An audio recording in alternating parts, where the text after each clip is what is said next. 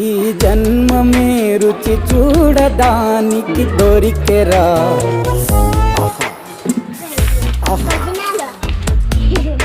ఈ లోకమే వండి వాచడానికి వేదికరా. వెడి వెడనల్లో నెయ్యి చారు కూరలు వెయ్యరా. అడ్డ విస్తరిలో 6 రుచులు ఉండగా బ్రతుకు పండుగ చెయ్యరా. ఈ జన్మమే